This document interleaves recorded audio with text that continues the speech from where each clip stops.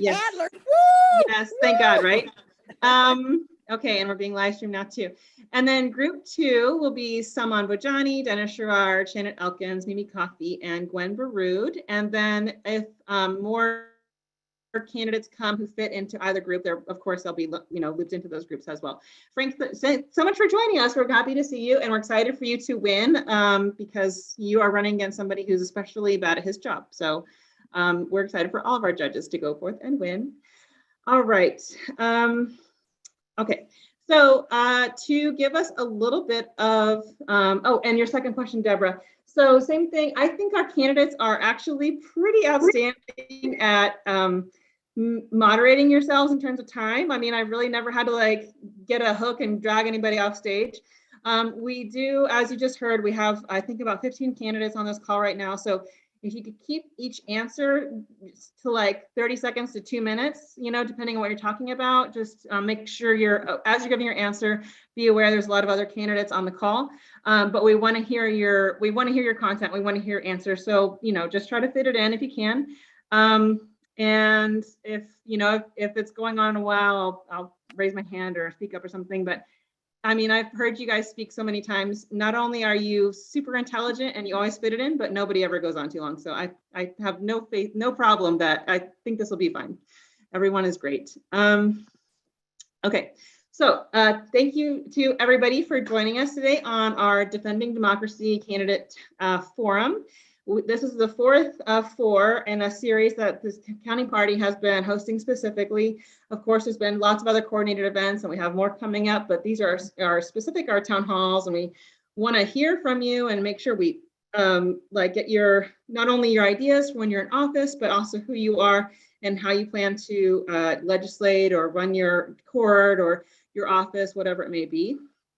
So our last 3 town halls have been so substantive. Our candidates have given us amazing detail on the plans they have for their office and how that's going to affect the communities that they serve and represent.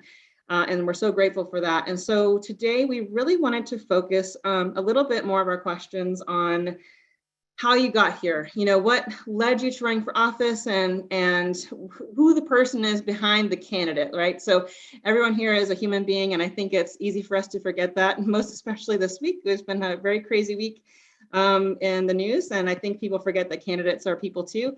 And it's nice to remember that these are all human beings who we relate to when we talk about our candidates. It makes them seem much more real and easy to vote for when they're not just a name or they're not just a news story. So we wanted to make sure that everyone had a chance to hear from you about you and the person that you are. But of course, as you answer questions, please feel free to work in your plans for your office, as you like. Okay, so to read it again, I'm gonna open up the floor here. We're gonna start with our group 1, and I'm not sure if all these candidates are here yet, but I'm gonna read off the ones that I have. So Tiffany Burks, Stephanie Klein, Sam Williams, Mark Clayton, Lisa Pamplin, Ruby Faye Woolridge, Kenneth Sanders, Deborah Peoples, and Frank Adler. Y'all are in group 1, so all these questions are going to be directed to you.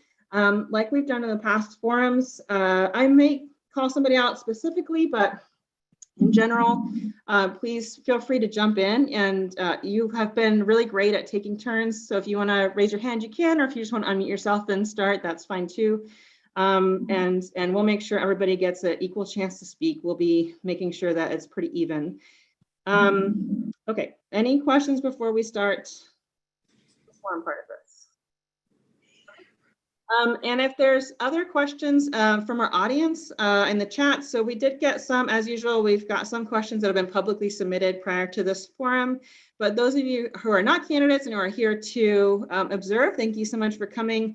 And I will say, if you have any questions, please feel free to throw them in the chat. And if we have time, I would love to get to those as well, because you guys come with great questions, so please feel free to add in any questions you have as we go along.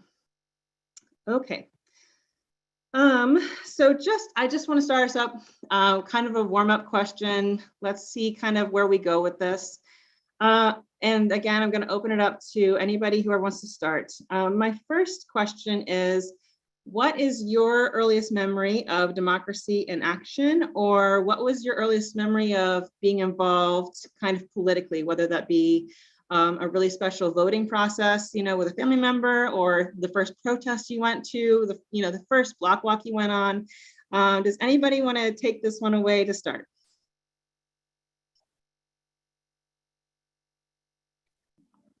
I'll take it away. Go ahead. Let me unmute. My first 1983, spring of 1983, actually on the campus of Northeast Louisiana University, where I did my undergraduate studies. And my college in Monroe had less than 5% African-American community students, and Black folks wasn't really allowed on the homecoming court at that time. And so I decided, in my second year to run for a student government association, and I won. And we were able to change some of the policies at Northeast, where the voting process and the percentages that would allow an African-American to be on the homecoming court. And I remained on the Student Government Association until I graduated from college. That's amazing, Lisa. That's wonderful. Well done. Well done. That not what I expected either. Like, that's very cool. Who's next?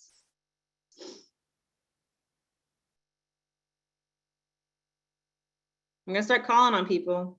Okay, it's too quiet. Okay, Yes. It is too quiet. But as you all can see from my gray hair, I think I was born working on issues of social justice. But probably my earliest memory is my great uncle W.J. Durham was argued cases with Thurgood Marshall, and it led to the desegregation of the UT Law School, and so or led to the founding of Texas Southern Law School. And so I think I just grew up talking about social justice and civil rights and equality for gender equality, because I grew up in a family with lots of girls. And so I don't know when I've ever not been involved. That's amazing. And I mean, you come from a political family, right, Deborah? I mean, you've always been in it. That is amazing. Very cool. All right, who's next? So, hi everybody, this is Tiffany Burks. I'm in my car driving. I just finished block walking. Yay. So I'm headed home. But my first memory is, people have probably heard me tell this story before, but I was about 11 or 12 years old. My father was a Great Depression baby. He was born in 1926. He served in World War II, and he saw a lot of discrimination growing up in rural Alabama in the 20s and 30s, and in World War II.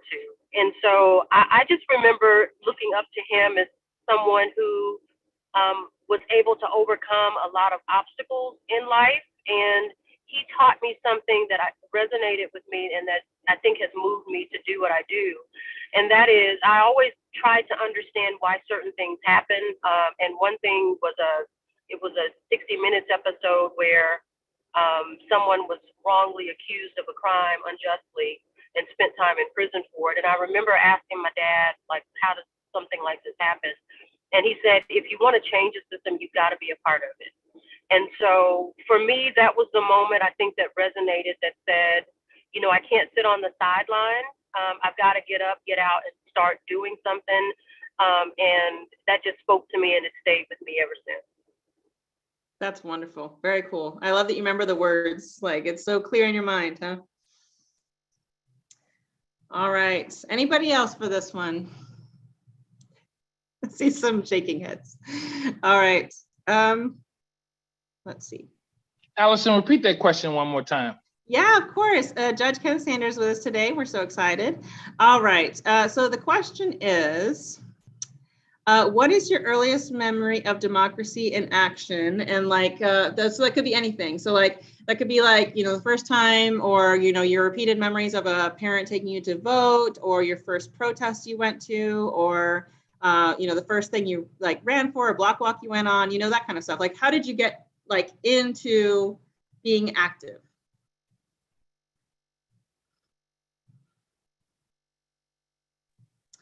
I mean, for me personally, I would say it was just something that was just instilled in us at an early age. I remember in fourth grade, that was, I don't remember the year, but it was the year that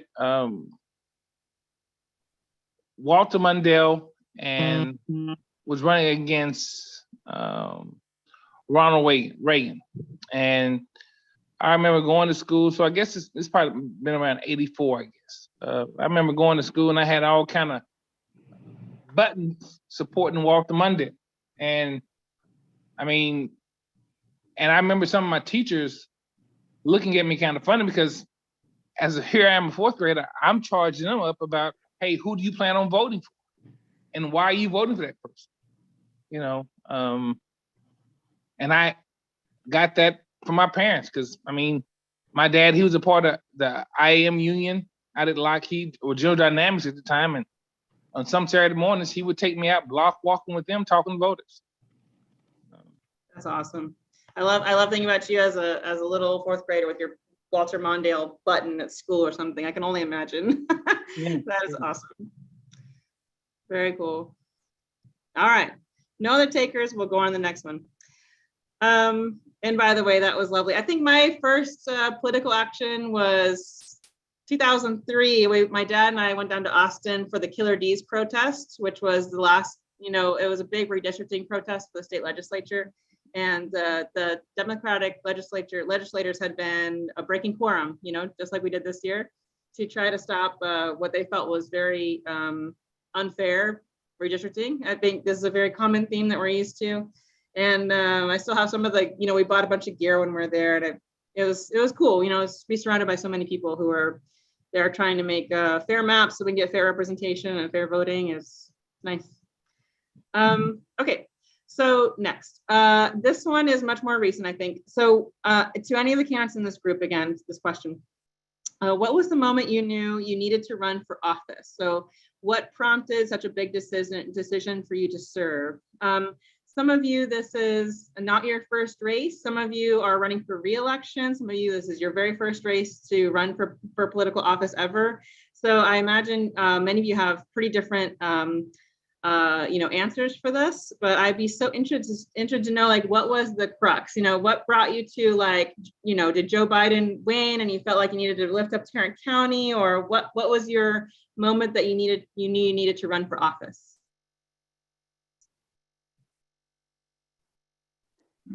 This is Tiffany again. I'll start. For me, it was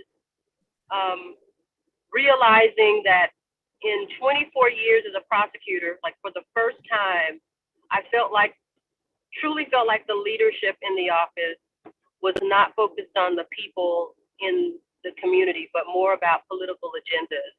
And if you are a prosecutor, I can only tell you that it's an oath and a duty that you take very seriously to make sure that you're doing, the right thing for people.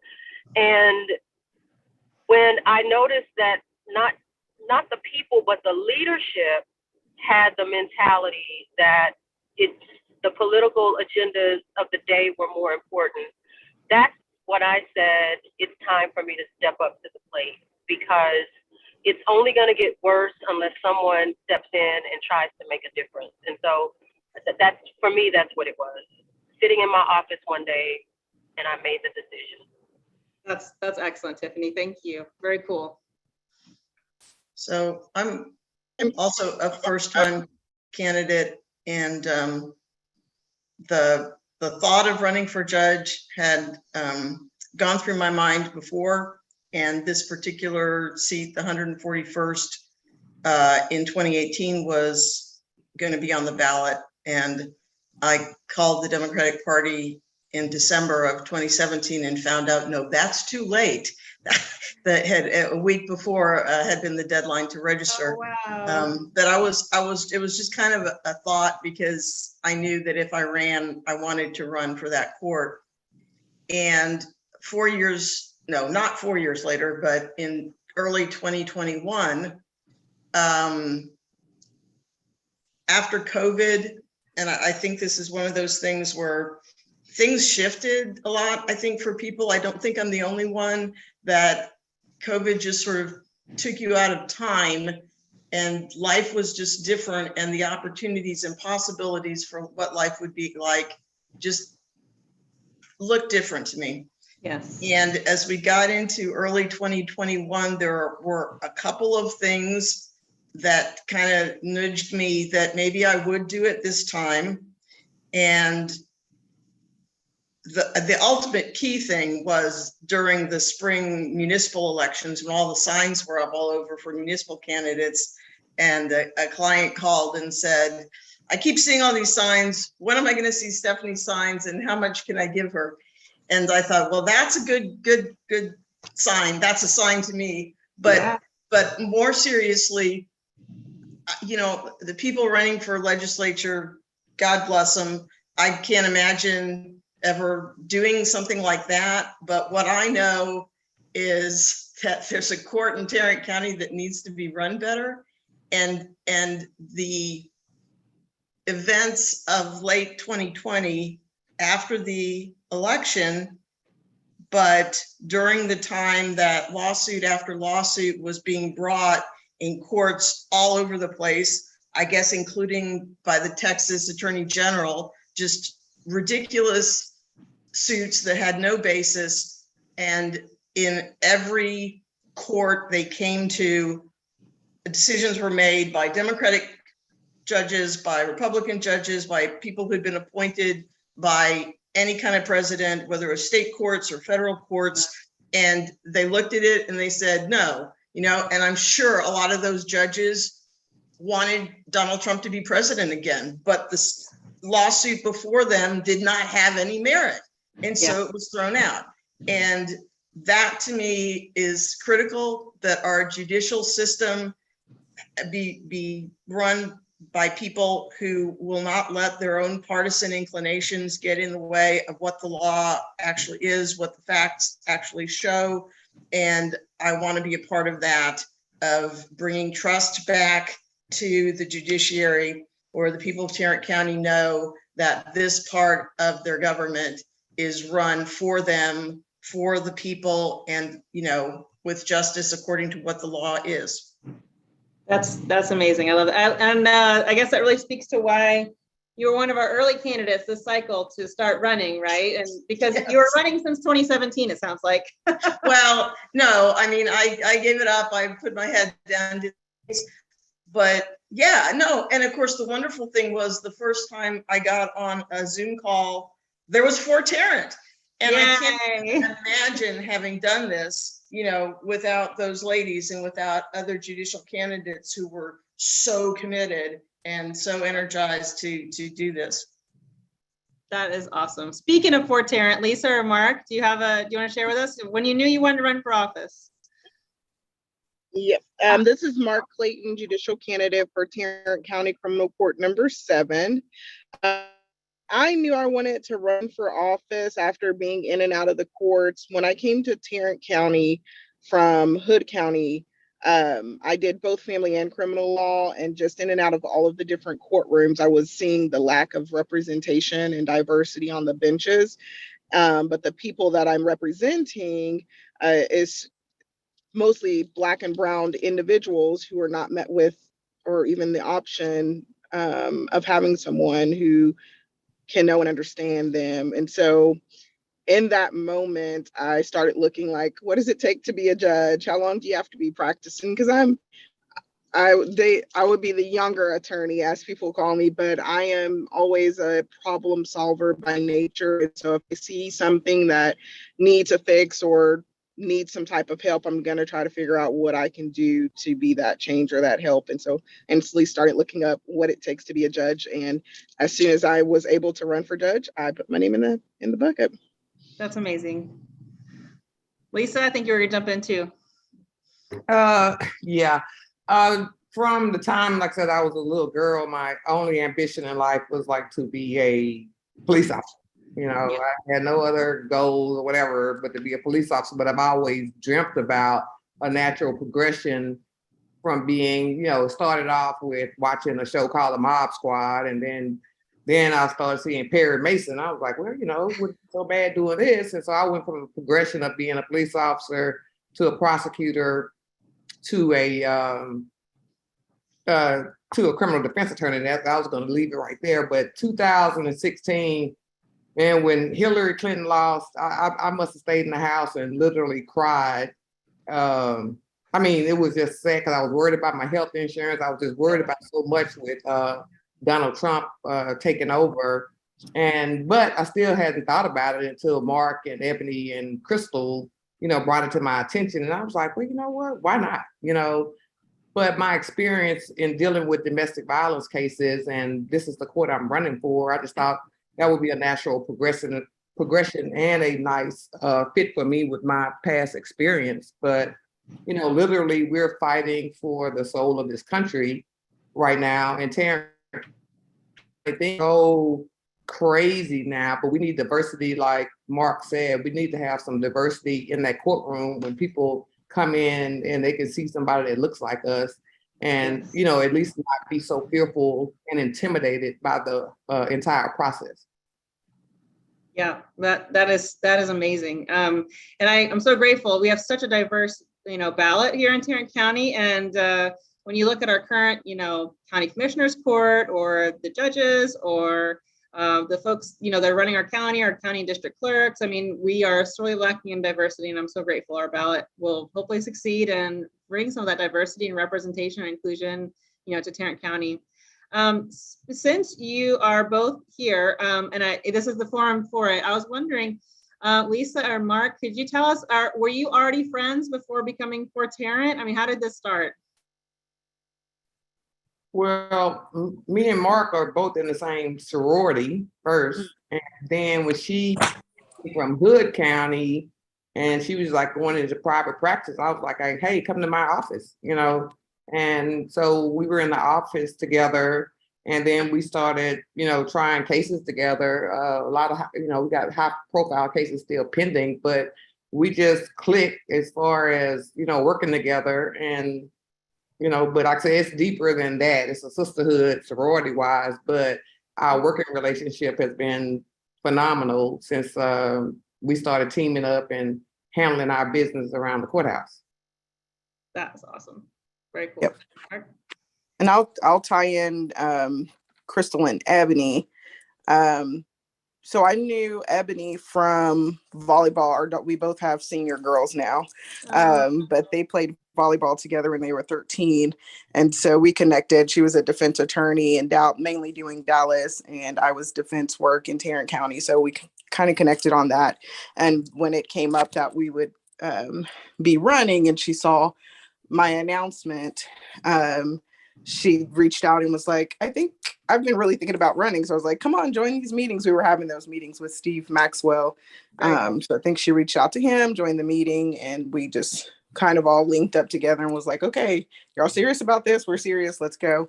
And Crystal, I've just been knowing her from practicing. We became friends. We actually have a little funny story, but I'd rather tell it when she's here. It didn't start off that well, but then we became friends. Good. And we've been friends ever since. And we've kind of actually been planning and talking about running together since 2020, and just kind of gearing up together to announce and everything like that. Oh, I love it. Another reason why y'all were out there early, that you've been planning it for a long time. Yeah. That's extremely cool. Well, thanks, y'all. That was cool. I did not know that yet. That's very cool. Okay, Miss Ruby Faye Woolridge, are you here? I think she's here, or she was. I might have lost her. Her mom is sick. So I'm just going to ask everybody, throw a prayer up for Ruby's mom. She said prayers are working. She had to go to Oklahoma because I think her mom was really ill. So just throw a little prayer up for her. We will. Thank you so much, Deborah. It's a nice shout out. Oh, I think she might be in the car. Hey, Ruby, can you hear us? Hello, we see you. I think you're trying to unmute yourself.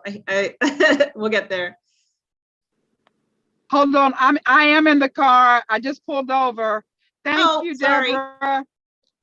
Okay, and I want to thank everybody for the prayers. My mom has improved because the prayers are working. So I'm so grateful for everybody that was thoughtful and reached out to us. Thank you, thank you, thank you. Oh, I'm so glad to hear that, Ruby.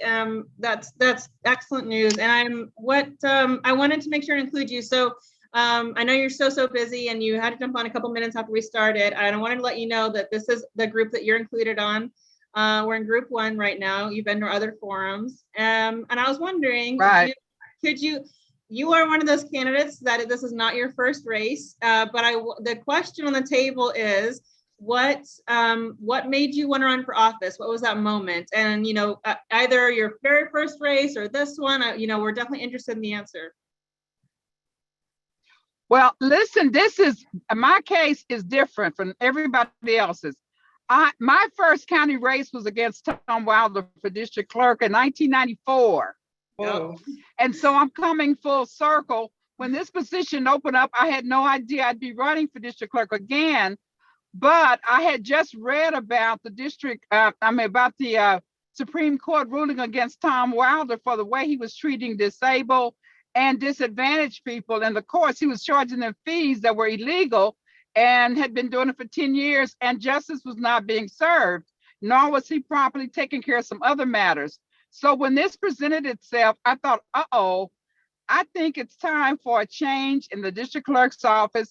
I'm going to bring my experience, my background, and my community service attitude and put it to work for the Tarrant County citizens. So here I am.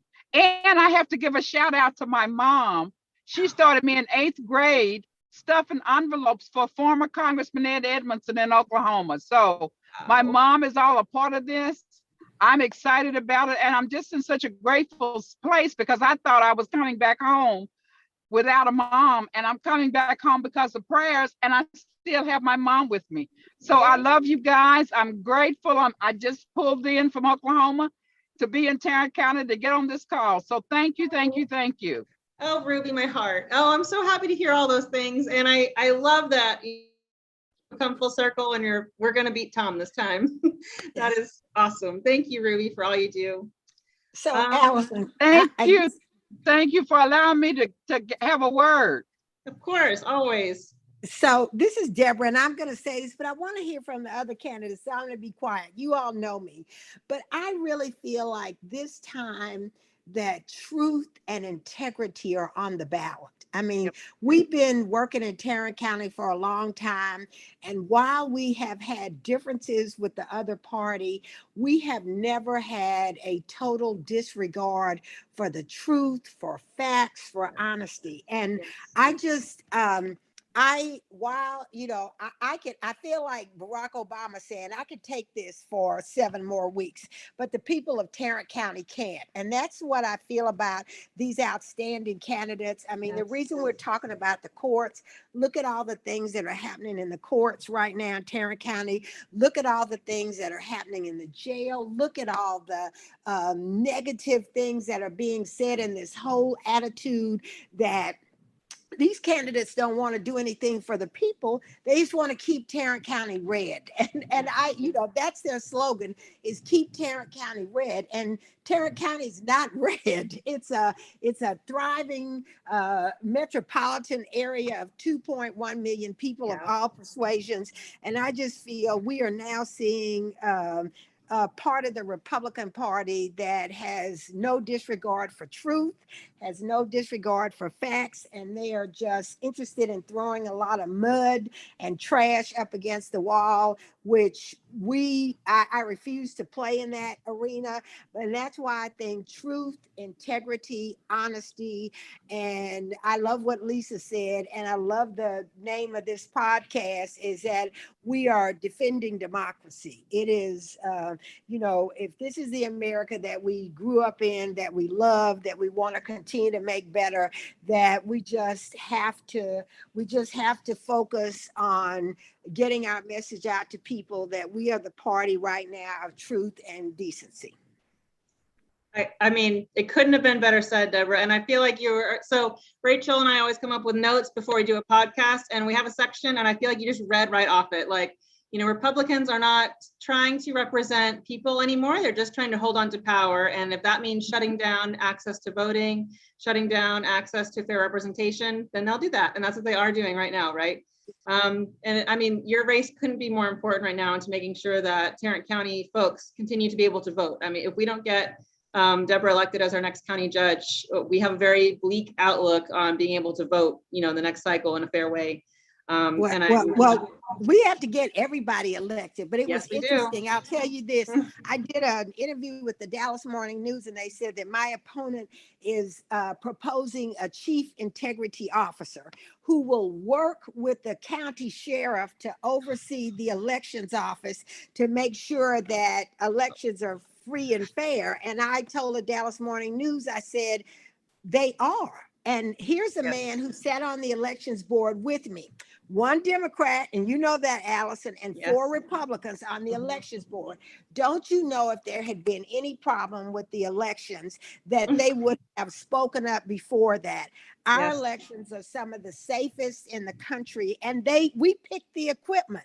4 Republicans, 1 Democrat picked this equipment. So, but now all of a sudden that they're in danger of losing, they want to propose a chief integrity officer as if that our elections aren't free and fair. And that's why I believe democracy really is on the ballot.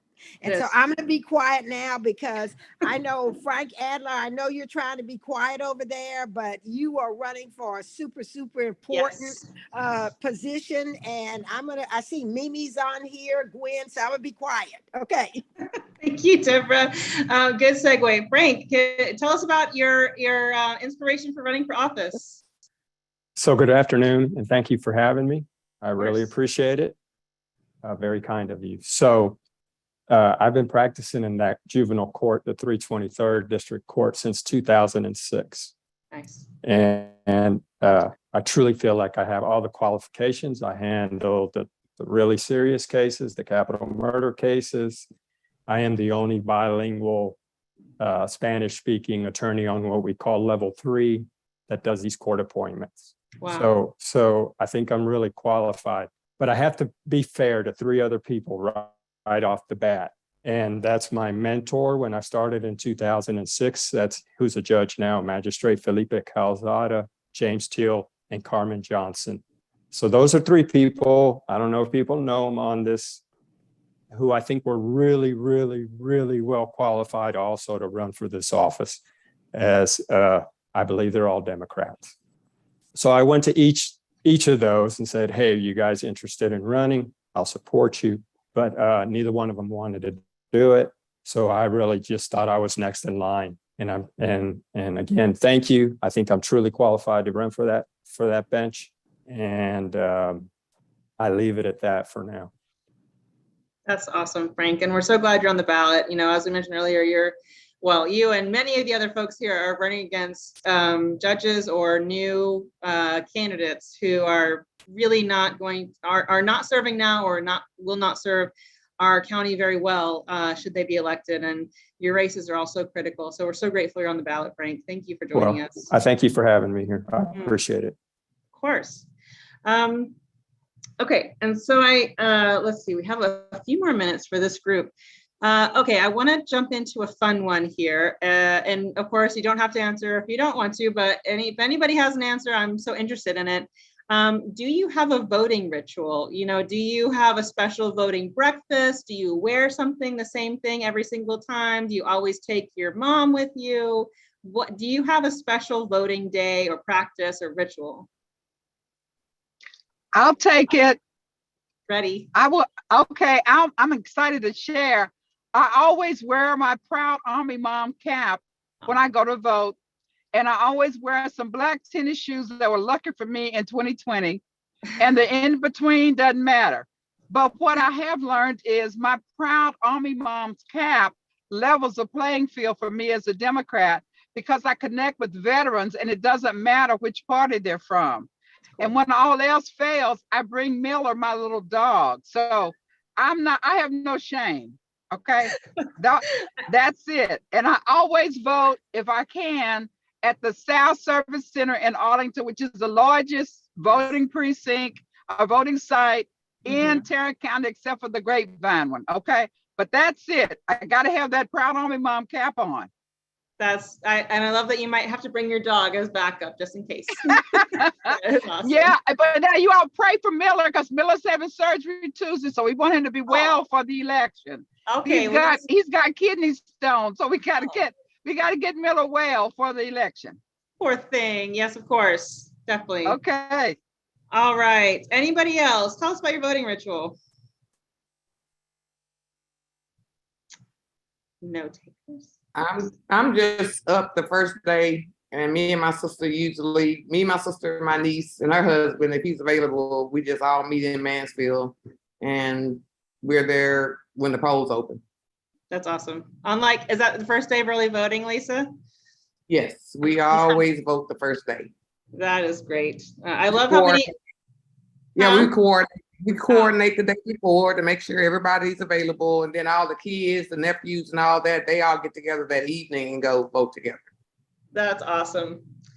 I love that. And I love how I've heard other candidates tell me that too, and I'm so grateful. And I'll admit to you that a lot of Democratic activists and strategists and campaign staff, like, they're so busy, they end up not voting until like the day of, they just like, oh yeah, I didn't vote yet. They've been so busy getting out the vote that like they themselves are like, the last minute, like, oh my gosh, I need to go vote. It's November 8th. Yes, let me vote. It's kind of opposite. I know a lot of people who either vote, minute one, day one, just like you, Lisa, or they're like, oh my gosh, I need to get it in. They're so busy. But as long as you get in, I guess that's all that matters. Anybody else? Do you have a voting ritual you want to share with us?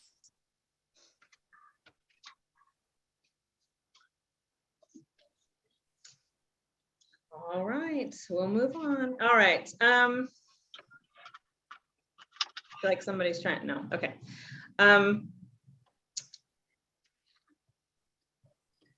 Okay.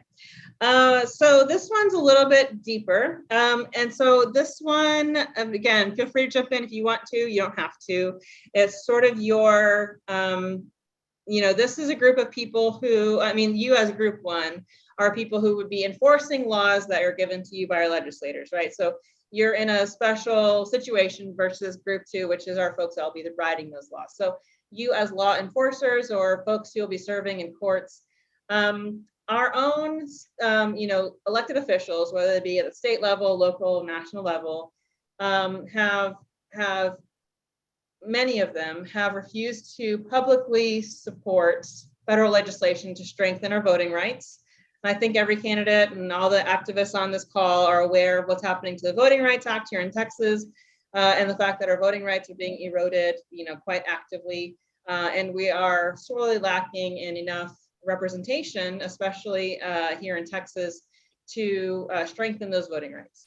So my question to you is, do you believe that voting rights are a partisan issue, and what barriers should or should not be in place for voting in terms of access to the ballot box? Any comments on voting rights from group one?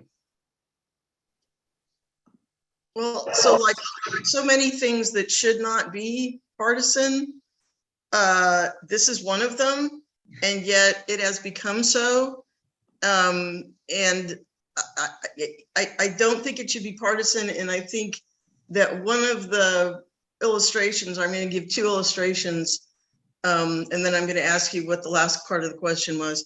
But so there are so many states, not like a majority of them, but there are states where everybody votes by mail, right? Either Washington or Oregon, I don't remember, and then Utah.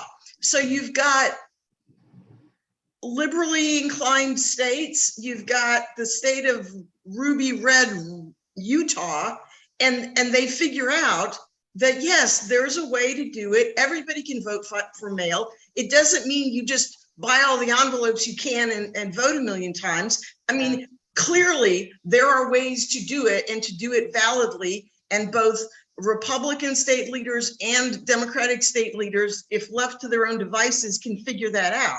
It only becomes partisan when one side wants to raise the level of distrust in the election system.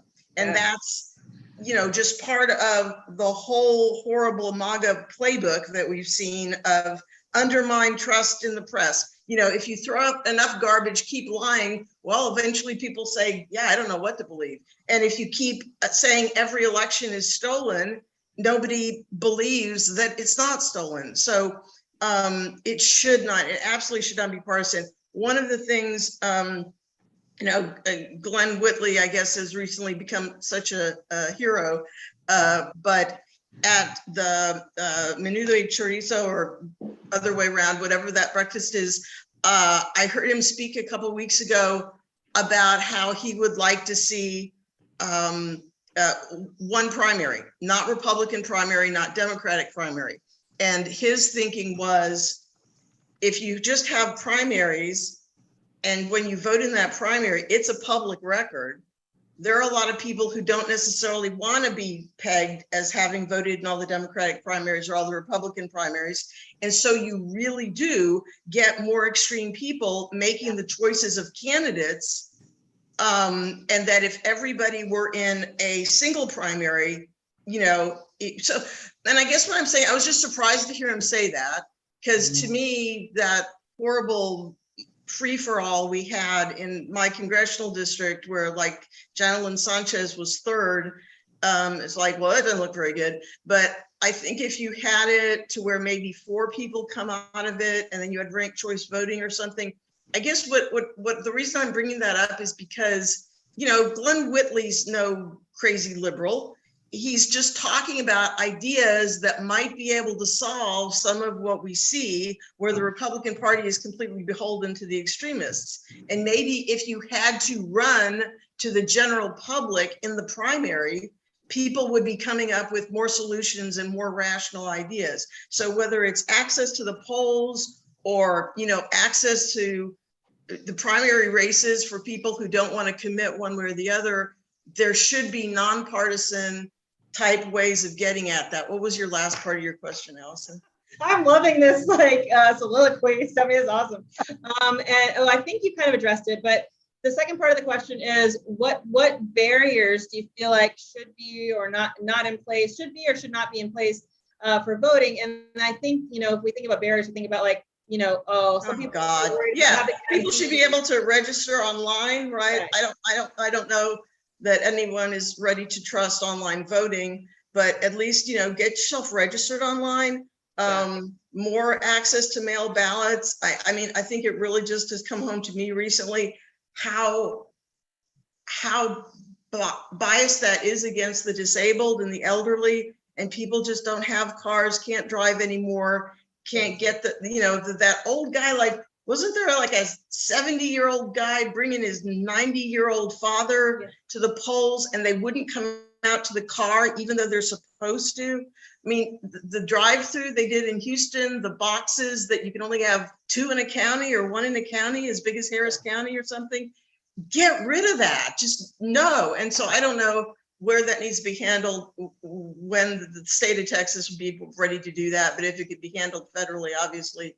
I mean, I think there should be no reason that there should be barriers, but I have no particular plan, but it ought to be able to be found. So thank you. I love that, Stephanie. Thank you so much. Tiffany, did you have something? Yeah, so mine is simple. We need a national holiday. Yes. So that everyone can vote. And I say that in all seriousness because, you know, the constitutional right to vote is an important right. And instead of us finding other constitutional rights that are more important than others, I mean, it's easier to buy a gun than it is to vote. Yes. So let's make sure that everyone has not only the right to vote, but let's not make it hard for them. Let's take the day off. And if we can celebrate the 4th of July, if we can celebrate Memorial Day, then certainly we can celebrate our unabridged right to vote and make it a holiday. I love that. Hopefully one day, Tiffany, that would be great. All right, any other comments on access to the ballot box? How there isn't, what we'd like to see to make our democracy easier to be accessed? Hey, Allison, this is Frank. Can I just make a brief comment on that? Of course, absolutely. Go ahead. Thank you. So yes, I think voting rights should 100% be nonpartisan. But I just want to talk about my race for 1 second. I think all the people running for legislature on here, I see Mimi Coffee and the others, I think they can really comment on that. Just from my point of view, in my lane, because I'm pretty good at staying in my lane, I don't think I can comment on that. But I can tell you this, I'm going to follow the law for the 323rd District Court, which is the juvenile law, right? So whatever law that legislature writes in the code book is what I'm going to follow. And if it hits with voting rights, if it hits with juveniles, I can just assure everyone that code book will be open. I'm going to read the law. I'm going to apply the facts to the law. That's my style. Perfect. Thank you. Good. I can see you follow the law, Frank. I like it. I'm so glad you're running for a judicial position. That was great. Thank you. Thank you. All right. Any other comments on this before we move on to the next question? Okay. So since we're talking about defending democracy today, I think we all saw the drama that went on in the Star Telegram this week and on Twitter. And for some of our candidates has been going on for much longer than this week. It's been going on since, several weeks now. For some, Deborah's actually been here in the craziness for a long time in different ways and different capacities. And our candidates have really been very much attacked in different ways. And so, the Star Telegram mentioned specifically Deborah and Elisa Simmons, who's running for County Commissioner 2, and then Lisa Pamplin, who's on the call today as well. And I know other candidates have also experienced and some kinds of crazy attacks from Republicans, but since some of our party and our candidates were very specifically called out this week, the Republicans held a very silly little press conference this week in which they were not able to back up any of their claims. When even asked by the press, they said, we believe what we believe was their answer. But nonetheless, our candidates have really experienced a serious amount of harassment and doxing, swatting, being spoofed. All these things have happened to our candidates. And so this is obviously a major attack on the democratic process, and making sure that we have fair elections is trying to undercut our candidates. And so Deborah and Lisa, I wanted to give you a chance to comment on some of the things you've been through this week and anything you want to say about that. Well, let me tell you, I can take it, okay? But what it tells me is that we're winning. Let me tell you, if they thought that they were winning, they wouldn't do this. They wouldn't have to resort to these tactics. And so that's why I said truth is on the ballot. I mean, anybody who knows me knows I play by the rules. And so I have not seen this nefarious video because I just knew it wasn't true. But this is the way I look at it. They know that we are winning, that our message for reasonable and righteous government is resonating with people in Tarrant County. And Allison, I loved what you said. They don't care about the people. They are fighting to hold on to power. And anytime power is threatened, they push back. And so I said earlier, I felt like President Obama or Rocky had said, I can take this for 7 more weeks. They can talk about me. The people of Tarrant County can't. They cannot. And so 2.1 million people, 1 million registered voters. We are a young county. We are a very diverse county. The citizens deserve better. And so I'm not playing the Republicans' game. They could keep sending me hate notes on Facebook. I just keep blocking them. We just keep blocking them and moving on, because our message about representing everyone and making life better for everyone is starting to resonate. Awesome. Thank you so much, Deborah. That's such an optimistic message. I love it. Lisa, did you have a comment on this? Yeah, just briefly. I mean, I've been going through this since the 1st of September with, talking about my goddaughter, an incident that happened at BYU. So, the hate mail started, the texts, the death threats. et cetera, et cetera. But, they went back to through my Twitter page and found some tweets that they didn't put in context. And we had to go back and, I went on Larry O'Neill's show, a very conservative show on Monday to discuss this. But the bottom line is a hit dog, a holler, so when you call them out or something they don't like, then you're the racist. And, it's absurd, it's ludicrous, but it really has been a very stressful couple of weeks. But, now I'm done talking about it. I know who I am. I know what I fight for. I'm not anti-white. I'm anti-racist. I'm anti-fascism. I'm anti-white supremacy. And, I'm done. You can attack me all you want to. But it's just the Republican playbook. And so it's going to be more and more and more. But I got to just stay focused on what I got to stay focused on. And, they can scream and holler all they want. I've been around Tarrant County in that courthouse since 1998. And just going back through my whole history as a police officer, prosecutor, there's never been an allegation against me for any civil rights violations or anything. I am who I am. And sometimes I hurt people's feelings, but that's, it just happens. So I'm done. I'm moving on, and we're going to win this. We're going to win this race. That is amazing, Lisa. And I'm so impressed. I mean, you and Deborah both, and Elisa as well, even though she's not here. I'm so impressed with how y'all have been able to move on. And, I think it's worth noting that the only people that are of our very large ballot, we have 51 candidates on the ballot here in Tarrant County, and the folks that they are attacking so heavily and sending all these horrible messages to and cutting down your signs and doxing you and spoofing your Facebook messages are women of color. And I think that's, it's an important thing to call out, that our Republicans are not just afraid of Democrats, but they're afraid of diversity and they're afraid of fair representation here in Tarrant County. And I'm so impressed with y'all. I mean, the way that everybody was able to respond to these allegations, not just here right now, but I mean, everybody's quotes that you gave them in paper and the way you responded to the Republicans, I'm just so grateful and impressed by our candidates. So it's, I think if you haven't been through this, it's hard for anybody to understand what's happening to your life, when these people come for you. I mean, you can't use your phone anymore. Your Facebook gets completely shut down. And by the way, then Facebook won't even help you fix it. And you have to get security for your house. I mean, it's crazy. And then God forbid your professional life tries to keep going while you're undergoing this attack going on in your life. So I just want to say I'm so grateful and thankful for our candidates, and wow, just you're bigger people than I think most people in this county know. So thank you very much. Well, we do this not for ourselves. We do it for the citizens of Tarrant County. So that makes it bearable. And that's what I said. That's why I can take it, because they're attacking me, but they're also attacking the citizens of Tarrant County because they're taking them for granted. That's awesome. It's a good reason. It's a good reason to fight. Judge Sanders, do you want to jump in?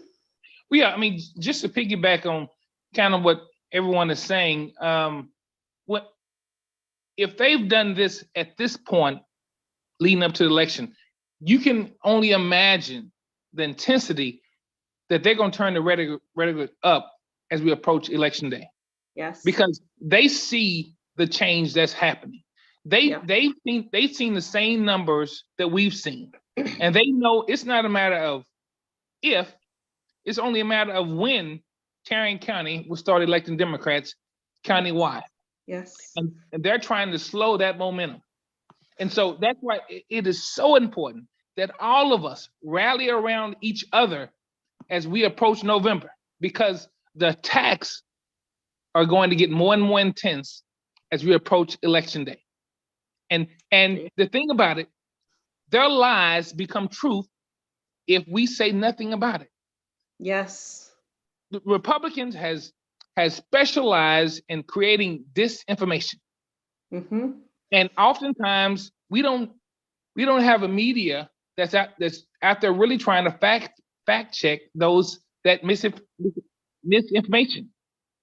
And so that's why it's so important for us to rally around each other and keep each other encouraged, because together we can get this done. Together we can win.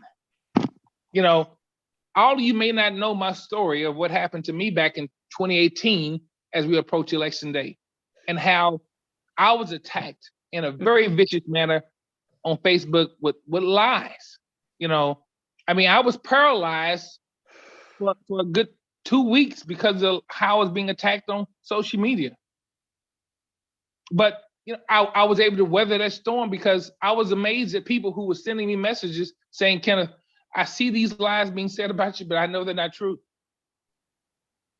And so even with Deborah, and that video they put out about Deborah, there is no shred of truth in that video.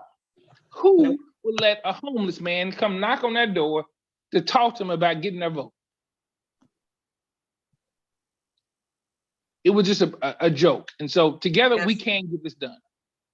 Absolutely. Thank you. Yes, that's the perfect message. And I'm so glad you said something about, what happened to you in 2018, because it gives us, obviously you won your race, in 2018, and, these attacks can be overcome. We can elect Democrats and flip seats, and you're proof that, we're flipping this county, one cycle at a time, a race at a time, and we're going to get there. And we have such a good shot with such amazing candidates this cycle. So the work that you all do just to run a race, and then the obstacles you face that you shouldn't have to face, but you do anyway, is very impressive.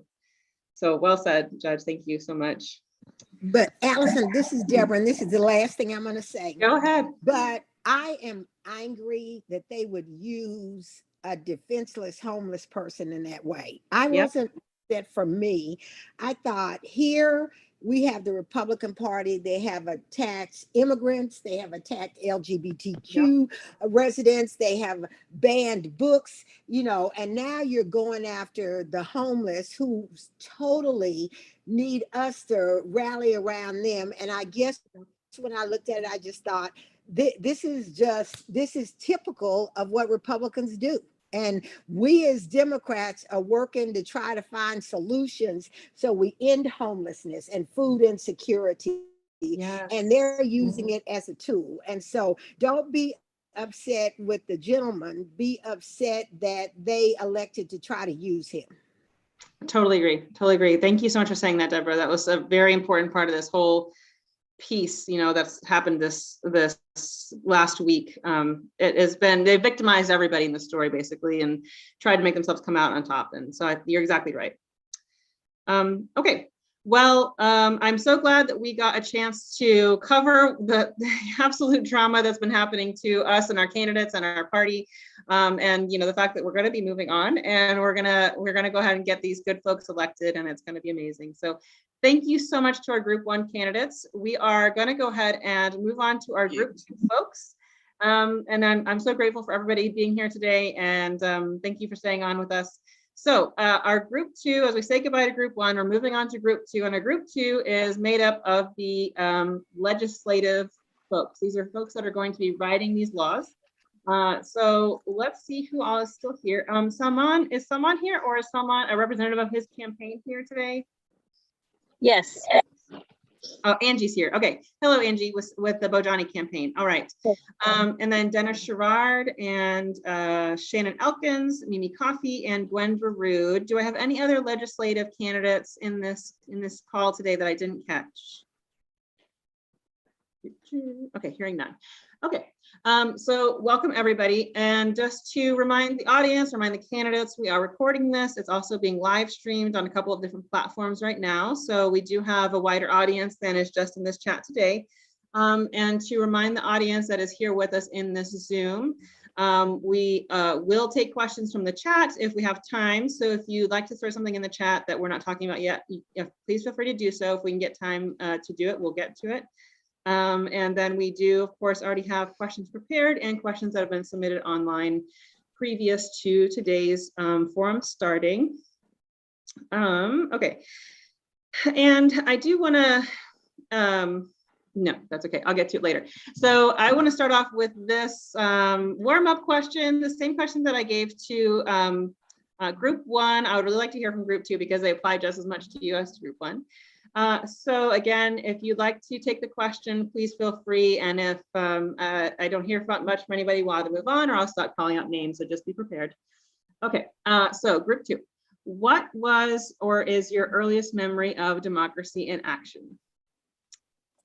I can take Can I take that first one? Yes, go ahead, Gwen. All right. So mine is pretty early. I was about 13 years old. A lot of you don't know my father's life was cut pretty short. He had passed away at 42, but he had quite an impact on my brothers as well as myself. And he is the reason I'm a political nerd, because he was a political nerd. He would watch C-SPAN constantly, but he is also the one who introduced me when we finally got cable. He found some old video footage of Barbara Jordan's Nixon impeachment hearing. So the articles of impeachment. And right then and there, I was like, oh my goodness, politics can be a force for good. It was laden with facts, with this incredible cadence that only Barbara Jordan could produce. So from that moment on, she became my hero and I was hooked forever. That is stunning. I love that. I had no idea, Gwen. That was very cool. Anybody else? First Democracy in Action memory, block walk, voting, protest, Barbara Jordan videos. Well, Allison, this is Dennis. My earliest recollections were when I was probably not even 10 years old yet, but we're going on block walks with my father and my mother as we walked our precinct. My father was a precinct chair over in Mesquite where I grew up. And then a little bit later, more actively involved, I was a youth leader of a group of folks who was trying to get George McGovern elected president in 1972. And so we volunteered a lot of time and effort stuffing envelopes, writing letters and things like that.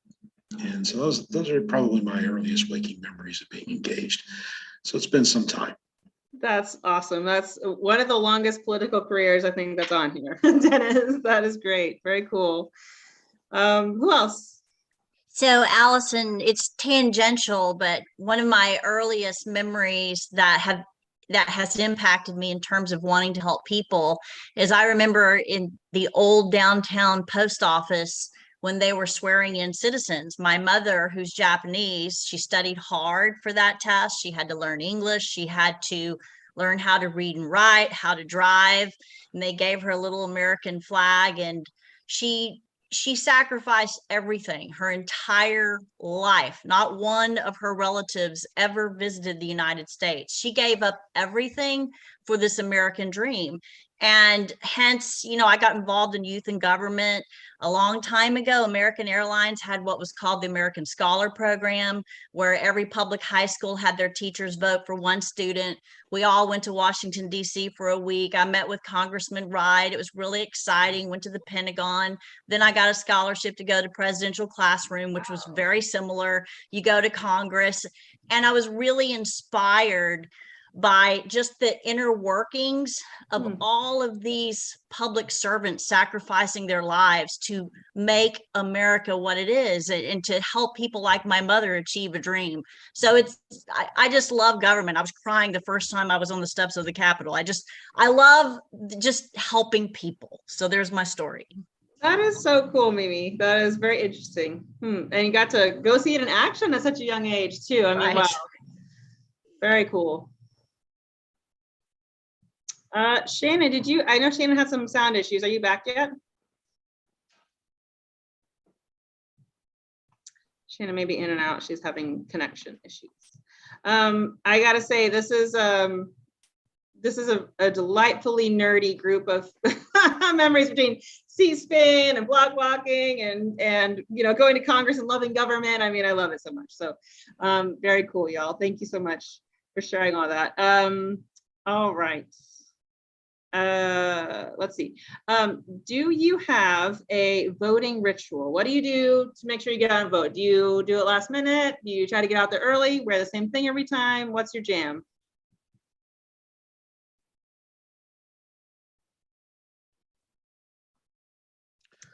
Well, this is Dennis. My ritual is to go as early on the first day as I can. So I'm actually getting there before the polls open so I can have my coffee, get in and get out. And I usually like to come out and pester all the people that are poll greeting right afterwards and ask them how they think they're doing. Now, that's something that I've done probably oh gosh, the last 20 or so Wow. years, is to go hit early voting on the first day. And it's kind of the ritual that I had. That's very cool. Maybe you see Lisa out there. That's awesome. Yeah. Gwen or Mimi?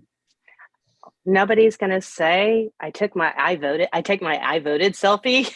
That's Right? I was like, I always put my sticker on Facebook. I hear you. yeah. So that's definitely mine. I tend to always get there. Usually it's either the first or the second day, but it can vary. But the I voted selfie is always going to happen. Yes. Agreed. Especially the I voted for myself selfie. I mean, that's a special one, Gwen. All right. And then let's see. Oh, right. Okay. Most critical question of the warm-up questions. What was the moment that you knew you wanted to run for office? So once again, this is even though it's a smaller group than group one, it's still a diverse group in terms of some of y'all are first-time candidates, some of you have run before, some of you have worked in other campaigns, you all have a different story. When did you know you wanted to run for office or rerun for office, and what prompted you to make that big decision?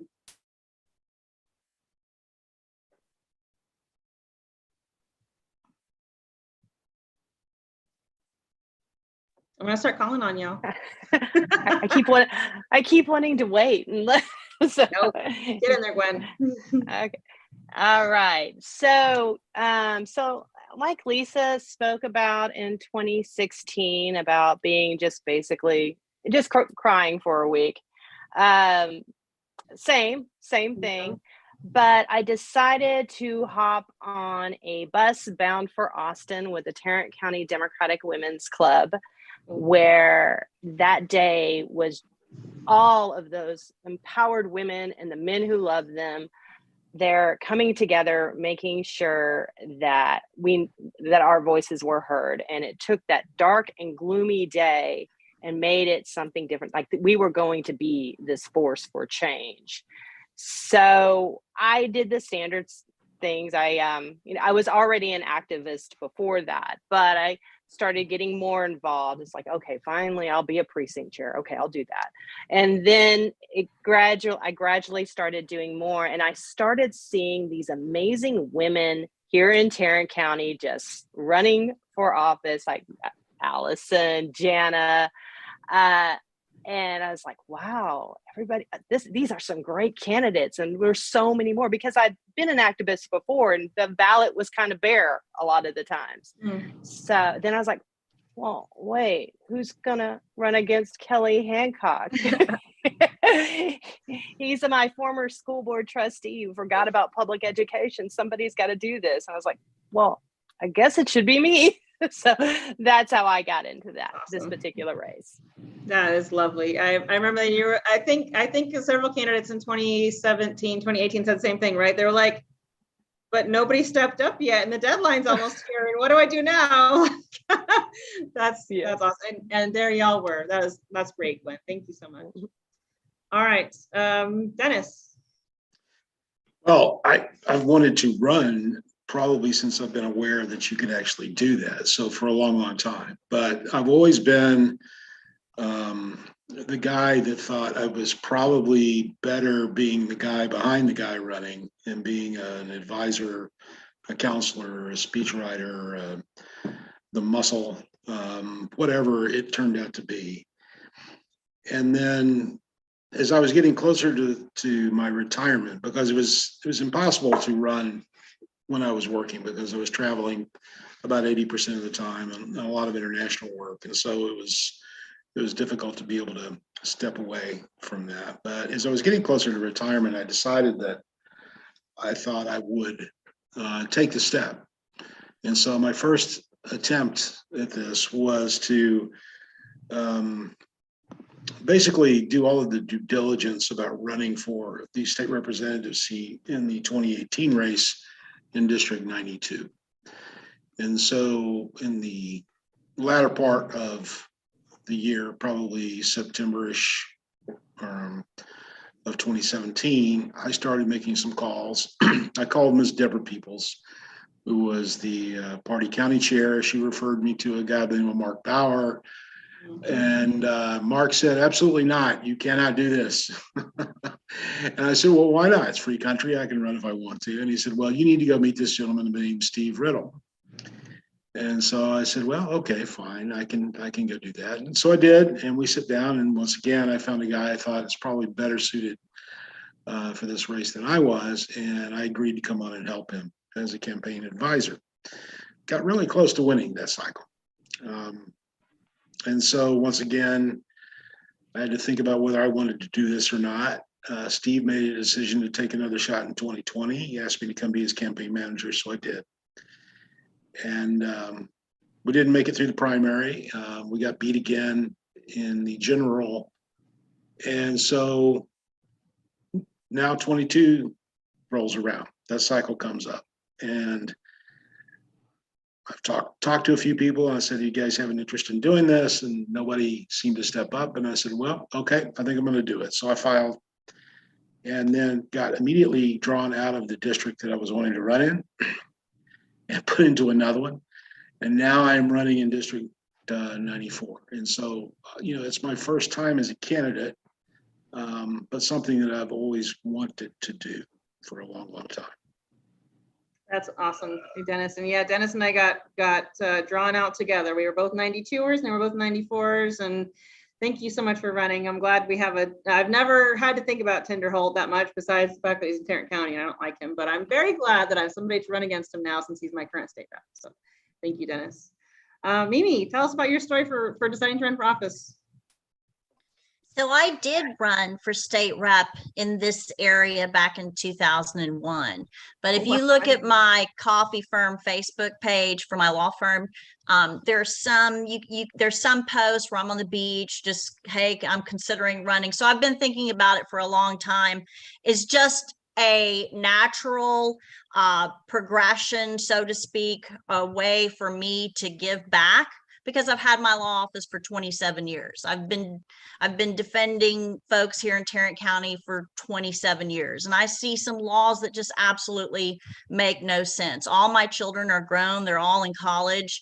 I understand the needs of the small business owner, and I've got plenty of time. And thankfully, in the infinite wisdom of the Texas legislature, if you're a lawyer, for those 3 months in session, the courts have to pass your case. And I'm someone that I'm a workaholic. I love to just go in and work super late and super hard. And I just feel like I can do so much for this area of which I have grown up with. I raised my children here. I love this area. There's so much that I can bring to the table just in terms of my natural skill set. And so it's just a natural thing. And I have the greatest respect for the incumbent, who is tops in terms of customer service and in terms of, he's done a lot of great things. And I want to carry on that tradition. So cool, Mimi. And I didn't actually know that about they have to pass your case. So today I learned. Very interesting. Thank you. Okay, I think Shannon's back with us, and Shannon Elkins is running in one of the hardest districts in our House districts in our county in HD 98. We're so grateful for her service and making sure we can move that district forward. Shannon, if you are ready, we are on our warm-up questions, and I might throw a few at you since you just were able to get back on. But we'll start with the one we're on now, which is, what made you want to run for office? Thank you. Can you hear me? Yeah, we can hear you. Okay. I was driving. We were delivering things. I'm in delivering things clothing right now. So I have been a teacher in my local district. I'm in GCISD, and this is my 12th year. I worked at elementary school, and now I'm at a middle school. And then I've been an LGBTQ activist for a really long time, about pre-college, so the past 20 years. And then when House Bill 25 passed in the 87th legislature, and that was the anti-trans sports bill, which seems like nothing and seems like something to pass over if it doesn't impact you, that hit me hard for two things. I was an athlete growing up, and that bill would attack kids like me. I'm not trans, but I would have been questioned like that, and I knew that was unfair. And then I also saw that as an opening to all other sorts of culture wars. So my original thought was just to throw my hat in the ring and make noise about trans kids in the primary and then support whoever was moving forward. And it turns out that whoever was moving forward was just me. So here we are now, and there's so many issues that I have been fighting for and will fight for. And so that's why I'm doing this. I'm clearly a big supporter of schools. I love it. And I love my job. And I think we have a lot of potential here to really make Texas what it can be. We do. And like I said, I'm just so grateful that we have folks, we have such a strong HD 98 coalition, working in that district. Yeah. And you yourself also, I mean, it's a very difficult district. And the reason I'm calling it out is because I know there's not, I mean, folks are working it so they can move it forward. I mean, that's the goal, to get more Democrats and move the county forward, move the state forward. And I'm so grateful. That's the work we need. And I'm so grateful for you, Shannon. Okay, follow-up question. What was your first memory or action in democracy? So like your first memory of like, did you vote with your parents a lot? Did you go to a protest? What was your first like democracy in action kind of memory or moment? Oh, muted. I grew up in a very, very politically active community. And my earliest memories of working in anything in any sort of campaign was my next door neighbor growing up ran for state Congress and from Illinois. She ran for state Congress in Illinois. And actually, I supported her with a city council too. And I come from a very active voting family. Nobody in my family is a politician, although my grandmother's second husband was a state senator, but he passed away before I was born. And so one funny thing that I remember was when Nancy was running for State House, this race in Illinois, I said something about like, oh, I'll endorse you. And she put me on her website, and her sister-in-law said to me like, and I was maybe 17, 18. And her sister-in-law said, okay, that's cool. But like, no offense, doesn't it have to be important to people?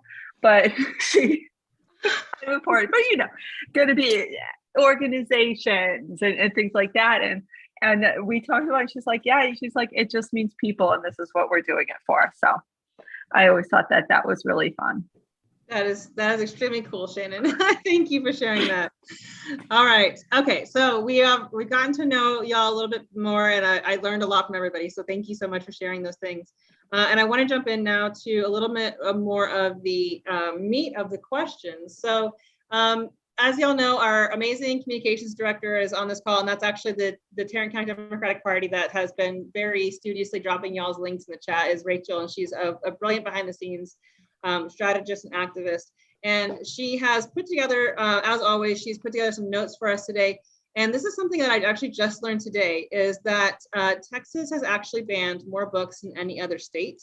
And while that's a terrible statistic to have, I don't think anybody on this call is surprised, given what we've seen in our local, our school boards, our city councils, the rhetoric coming from our state legislators, who some of y'all are running against, thank goodness. So, and also, tangentially, as we've been talking about in some of y'all's answers, in those banned books, it looks like over 40% of the banned books specifically have to do with LGBTQ themes so these are the books that are being taken out of our school libraries, taken away from our public schools. And I think that is obviously just a terrible, terrible statistic to now own here in Texas. And then on that vein, we've recently found out, this is a poll according to the University of Texas at Austin, that 58% of voters believe we face a future of increased political violence. And so my question to y'all is, do you agree or disagree with a future of, do you believe that we also are increasing political violence now more than we used to, or a future of more political violence coming up? What are your feelings on this rhetoric that's facing you as candidates, as activists, as voters, as Democrats, as future legislators? What are your feelings here?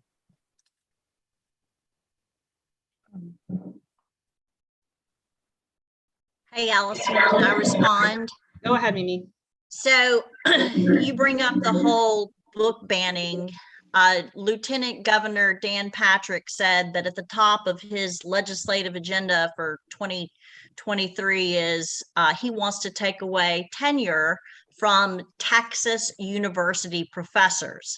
So all of this goes hand in hand. What we don't want in the state of Texas is our education system crumbling. I mean, it's always either or, right? So for the last couple of years, it's been either the University of Texas at Austin or Berkeley being the top public university in the country. You know, if you hire a UT Austin grad, you are getting top quality.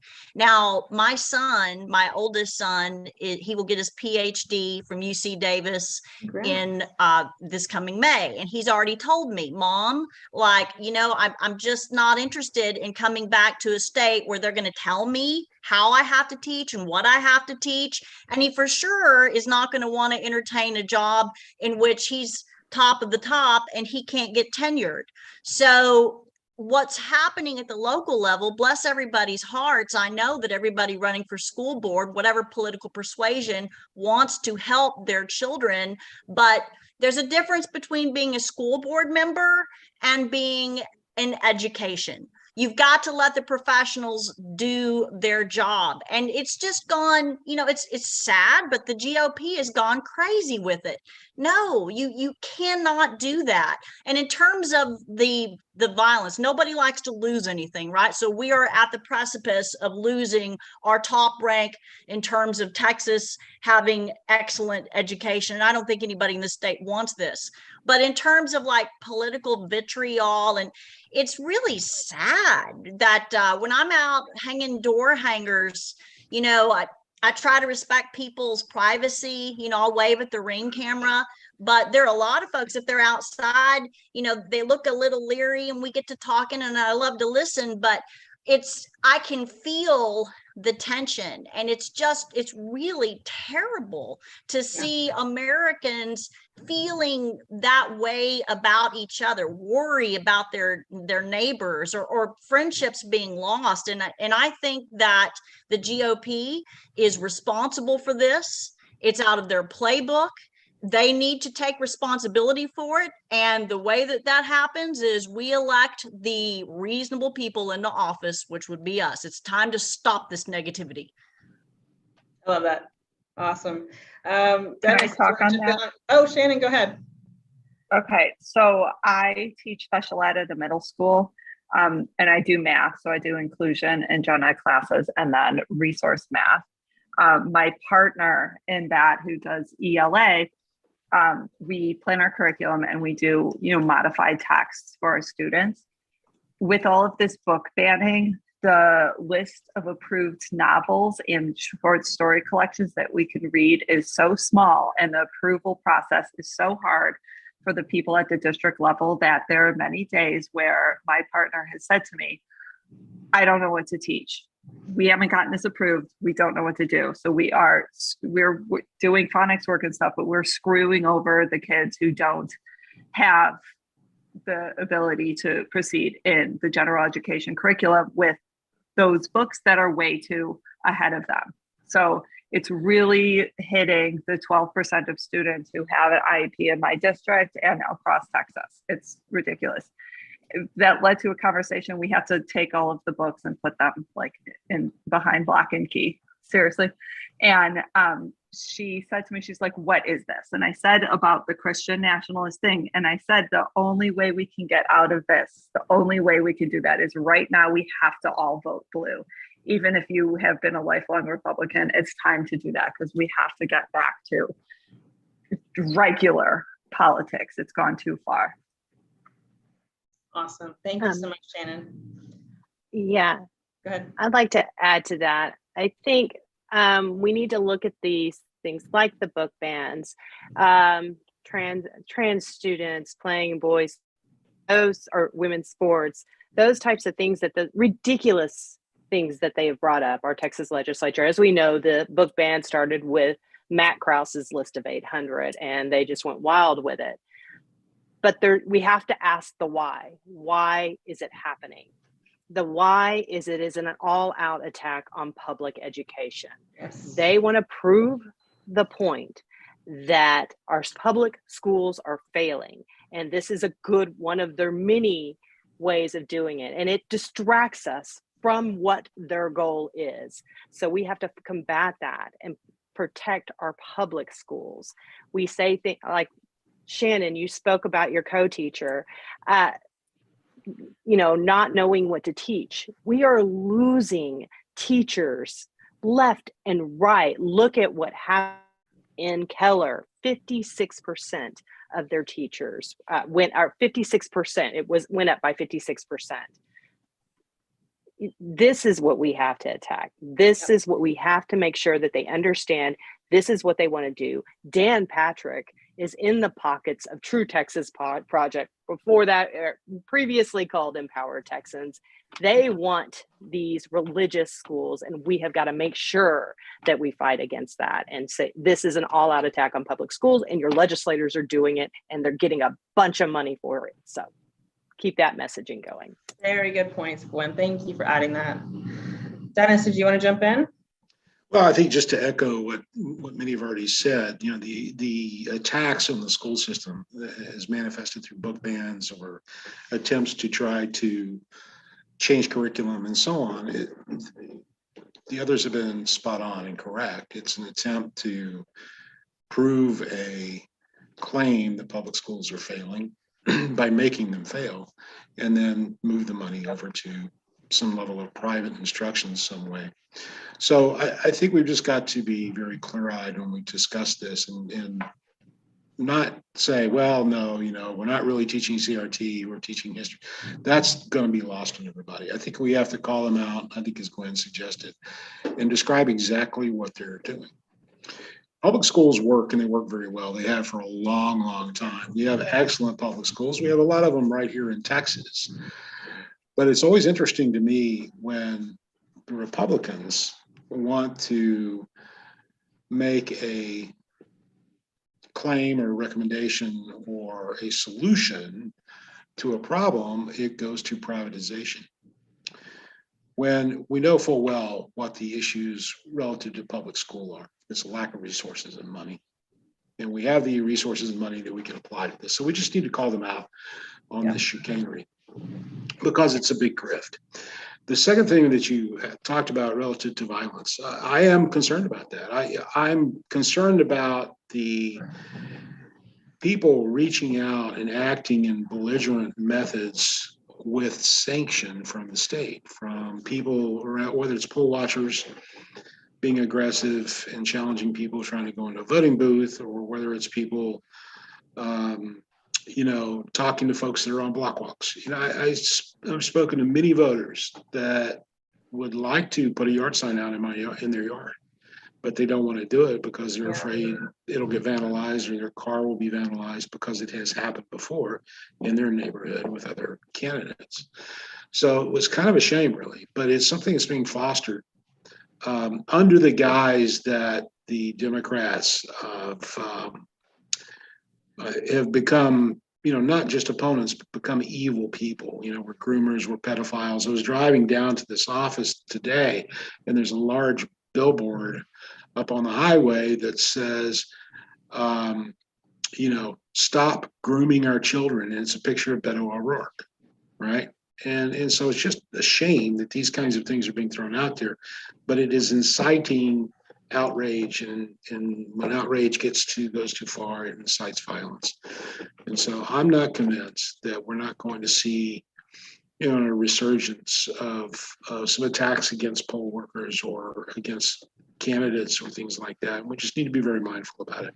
It is a very tenuous time right now, and I have a lot of concerns that people will act out, and we've got to try to tamp that down some way. To me, the message is, listen, we are attempting to develop a message for you that says, if you vote for Democrats, we'll ensure that you get health care.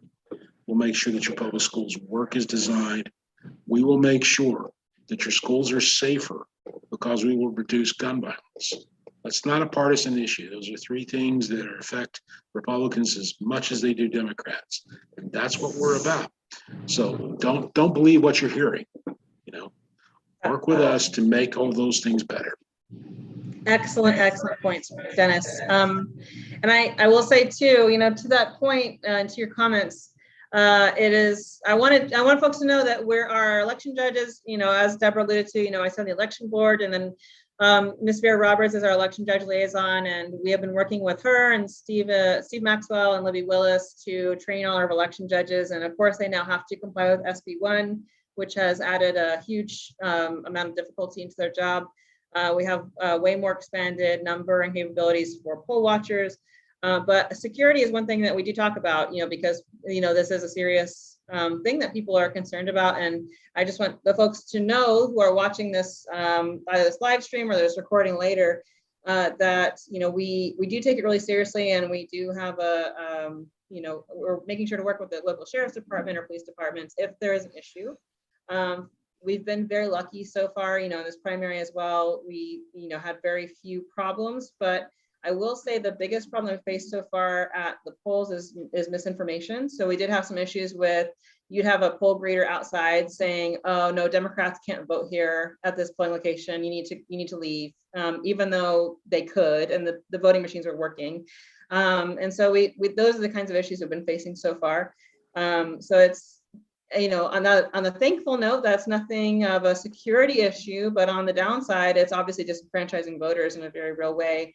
So we are working to make sure that our folks are well informed and that the voting will run smoothly this November. We don't want anybody to feel threatened, but it's something that we do all need to watch out for. And here in a second, Rachel can drop in the links just so you'll have them in case you want to record them now. The Texas Voter Protection is run by the state party, and it's great. So it's all staffed by lawyers, and it's recorded so that if you do have an issue at a poll, you should call that number and let them know. And that way, not only can they help you solve the problem if possible, but it gets recorded and we can use it in future, testimony, future legislative sessions or future lawsuit or anything like that. So it's a really good resource. And then after you call that number, definitely call the county party or the elections office and let us know about the issue as well. Okay, so moving on. We know that a lot of things have happened with January 6th insurrection in regards to defending our democracy and making sure that we continue to function and nobody tries to overthrow our government. So unfortunately, a lot of local officials, most especially, we can call out Representative Van Dyne, who represents myself and several folks on this call. Even though she was elected in the 2020 election, she did not admit the legitimacy of the 2020 election. She was one of those cool Republicans. But a lot of other Texas Republicans who are now serving in office also do not admit the legitimacy of the 2020 election, which is obviously, really horrifying. Deborah made a great point that our elections are incredibly safe and incredibly secure, especially here in Tarrant. And as we've seen after the demanded audits and recounts, that still holds true. So my question is, do you consider, how much of a threat to our freedoms do you consider this? And is there anything that you want to comment on these legitimacy of the elections? Of course, the Supreme Court will be hearing the independent state legislature theory here in next month, I think, which it could be a very scary case. And how you as future legislators may be able to affect that, not affect that. What are your feelings and thoughts on this election legitimacy issue that we're facing right now? Dennis, why don't you, Mimi, go ahead. So Allison, obviously what's happening right now is terrifying, right? I mean, criminal acts, murder, the storming of the Capitol. Yeah. But I think that we need to take a step back, and I think that all parties need to take accountability. And first of all, let's start with the whole redistricting process, right? So Democrats are just as bad as Republicans in terms of gerrymandering and trying to get their district just right so that they can get reelected. That's selfish. It doesn't help people. Yeah. And you need to district lines where the community has a voice, an identified community that play together, eat together, go to football together. It makes no sense to have these crazy squiggly lines going across 2 counties, right? And so, I, for one, I just believe in do the job fair and right. And if elected, when it comes time for redistricting, I'm all about let the people have a voice. And so obviously what's happening with Republicans right now is just craziness, right? But the Republicans have been looking at Democrats saying, you guys cheat too. And so the pot calling the kettle black, it's not like the Democrats are storming the Capitol, but the Democrats need to take some accountability and lead with integrity and just do the right thing. I think now is a time for healing, accountability, but the Democrats that are pressing for accountability need to be the first to stand up and say, we're the party that will do it right. Yep, like taking accountability is a big part of leading, I think. Absolutely right, Mimi.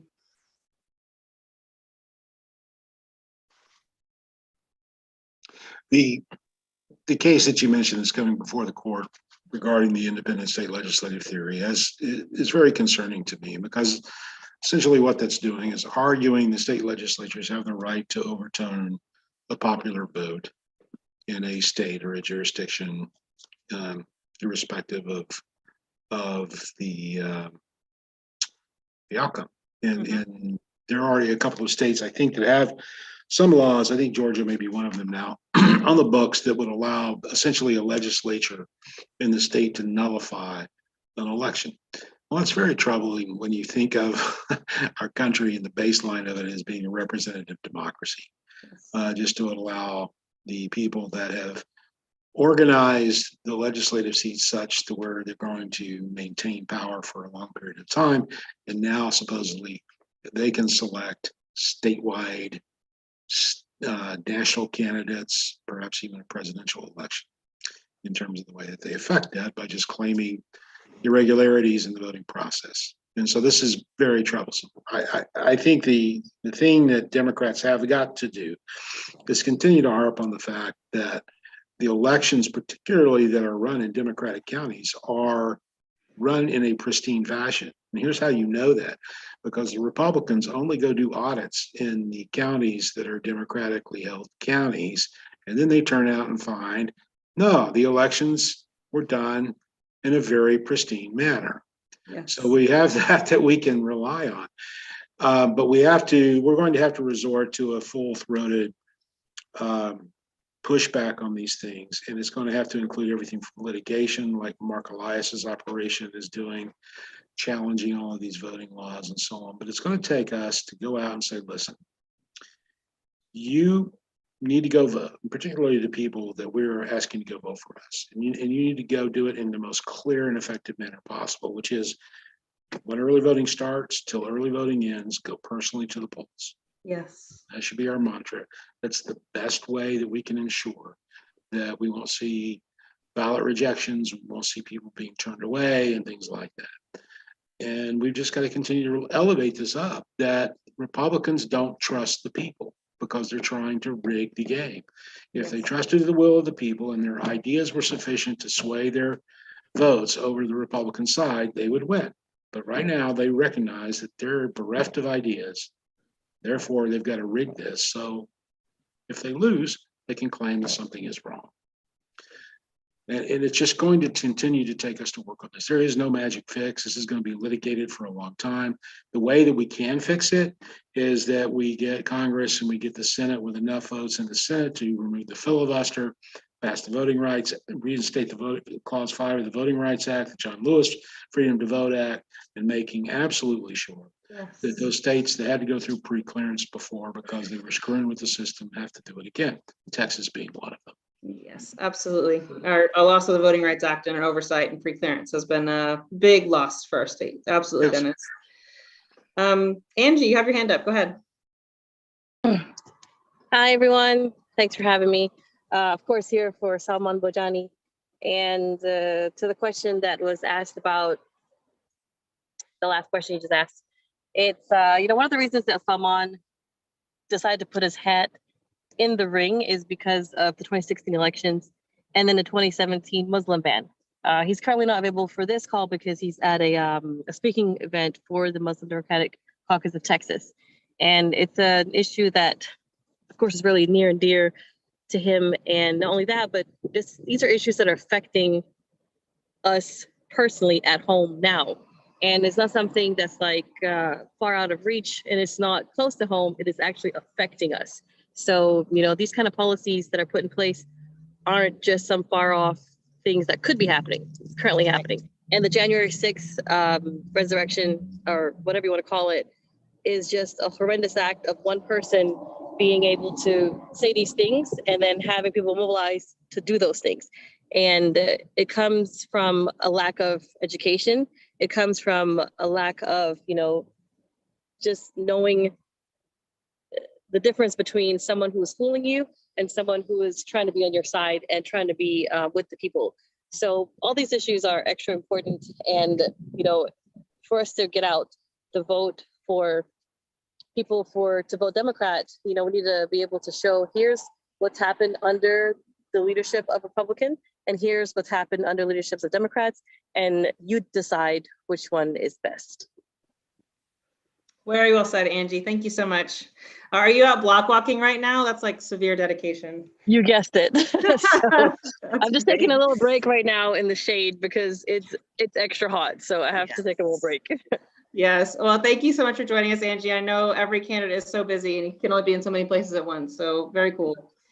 Okay. And then Gwen or Shannon, do you want to comment on this? I can just say, oh, go ahead, Gwen. I think you have it, Shannon.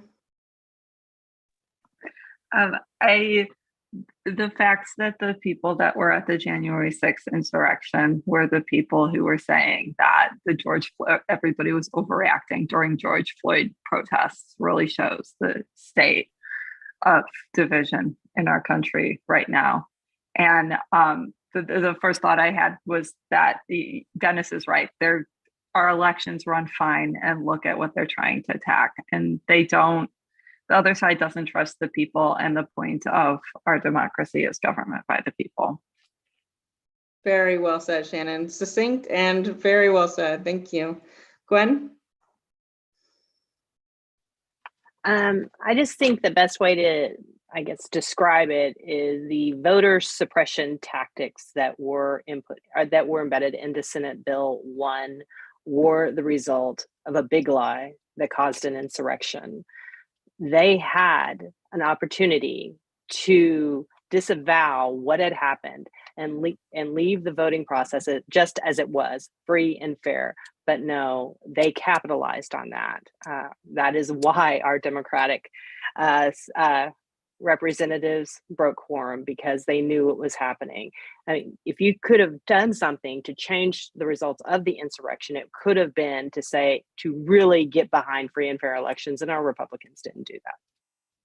Absolutely. And I'm so glad you tied it back to that too, because, you know, I think other people have mentioned today during their other answers, but SB 1 absolutely outright made it harder to vote.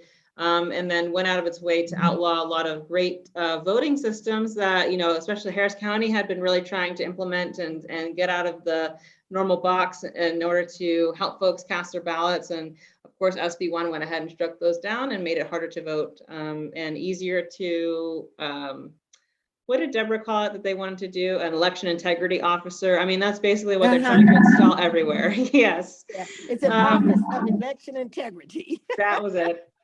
And so, of course, that's, you know, with SB 1, and now we see with Tim O'Hare's plan, and I mean, they want to bring that to the county level. So that's obviously what they want to bring at the state level, and that's unfortunately, you know, a really serious problem that I think we're fighting against, and why democracy is absolutely on the ballot. To everyone's point. Okay, I'm going to go ahead and wrap us here and let everyone close out a little bit.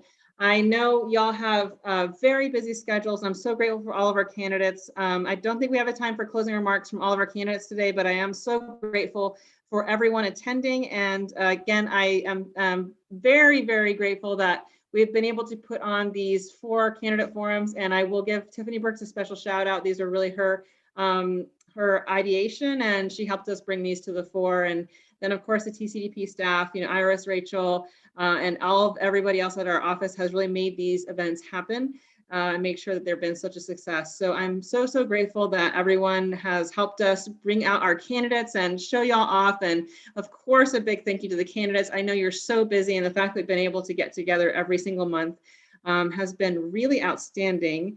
And then I want to give a special shout out to the Fort Tarrant candidates are organizing another coordinated event coming up on October 20th, which is a Thursday. And so if our candidates could be there, that would be really great. I did send y'all an email, but I also want to plug it for those folks watching this today. It'll be Austin's Warehouse in Fort Worth is going to be where the event is. I think it's at 5:30 p.m. or 6 p.m. on that Thursday, October 20th. And so it really would be another great chance right before early voting starts to come and say hello to your candidates. One more event that I want to make sure y'all know about. Bishop Spears is throwing a big GOTV rally as we push into GOTV right before early voting.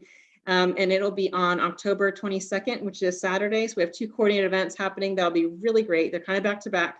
So October 22nd from 10 a.m. to 2 p.m. at Bishop Spears, First St. John's Cathedral in Fort Worth. And we will be emailing you all this information. It'll be put on Mobilize and Facebook, but just to mark those on your calendar quickly, because even though this is TCDP's last hosted forum with y'all, there are amazing coordinated events coming up. And I think Bishop Spears has also has confirmed that Beto and a couple of the other statewide candidates will be at his rally on the 22nd as well. So it should be a big event, and I love it. If everybody here, candidates, audience, everybody could join us for that event, that'd be lovely and wonderful. So we'll go ahead and stop the recording in the live stream here, and we'll hang out on Zoom for a few minutes if y'all would like to chat or anything, but I know that y'all are also very busy. So